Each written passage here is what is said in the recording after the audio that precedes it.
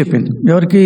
అప్పటి సెక్రటరీ, అప్పటి APPSC secretary PSR Anjaneyulu గారికి. మీ అందరికీ ఒక డౌట్ రావచ్చు, పిఎస్ఆర్ ఆంజనేయులు సెక్రటరీగా ఉన్నప్పుడు అక్కడ ఒక చైర్మన్ కూడా ఉంటాడు కదా, చైర్మన్ రాజ్యాంగబద్ధమైన పదవి కదా, చైర్మన్ చెప్పింది జరగాలి కదా, ఇప్పుడు చైర్మన్ చెప్పింది జరుగుతుంది, దానికి ముందు సభాంగ్ చెప్పింది జరుగుతుంది, మరి పిఎస్ఆర్ ఆంజనేయులు ఇప్పుడు చైర్మన్ ఎవరు, ఆయన ఎందుకు చెప్పలేదు అని డౌట్ రావచ్చు.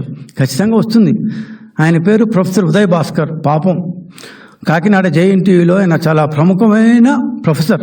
ఆయన్ని తెలుగుదేశం పార్టీ హయాంలో 2016లోనూ 17లోనూ 16 అనుకుంటాను 2016లో చైర్మన్గా ఆయనకి ఇచ్చారు.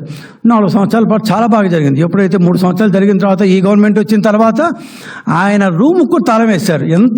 ఎంత పచ్చి చెప్పాలి, ఎంత యథోపనులు చూడండి. ఆయన రూమ్లో కూడా పోనీలా. ఆయన పాపం 4-5 రోజులు వచ్చి బెంచ్లో కూర్చున్నాడు. చైర్మన్ ఏపీపీఎస్సీ ఎంత హింసించారంటే జగన్మోహన్ రెడ్డి అనుకో ది సేమ్ పిఎస్ఆర్ ఆంజనేయులు గారు కేవలం తెలుగుదేశం పార్టీ హయాంలో నియమితుడైన చైర్మన్ అని చెప్పి తన యొక్క గవర్నమెంట్ ఉంది కాబట్టి, తనకు వెన్నుదనగా ఉండే గవర్నమెంట్, తను ఏం చేసినా కూడా కాదనే గవర్నమెంట్ ఉంది కాబట్టి ఆయన కనీసం ఆయన ఛాంబర్లో కూడా పోనీయకుండా బయట కూర్చోమన్నారు. ఆయనకి ఏ విషయాలు చెప్పడం లేదు, ఏమీ చేయలేదు.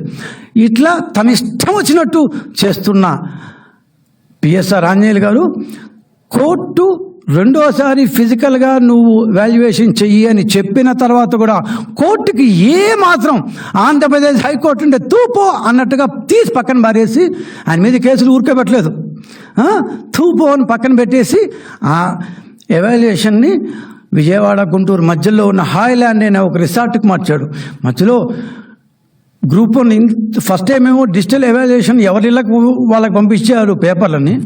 ఈసారి ఏమంటే ఏపీపీఎస్ ఆఫీస్లో స్పేస్ ఎక్కువైపోయిందో ఇంకా ఏమైనా పెట్టుకున్నారో ఏమో మనకు తెలియదు, కానీ హాయ్లాండ్ రిసార్ట్కి పంపించారు. హాయ్లాండ్ రిసార్ట్లో గత వారం రోజులుగా మనం చూస్తున్నది ఇదే.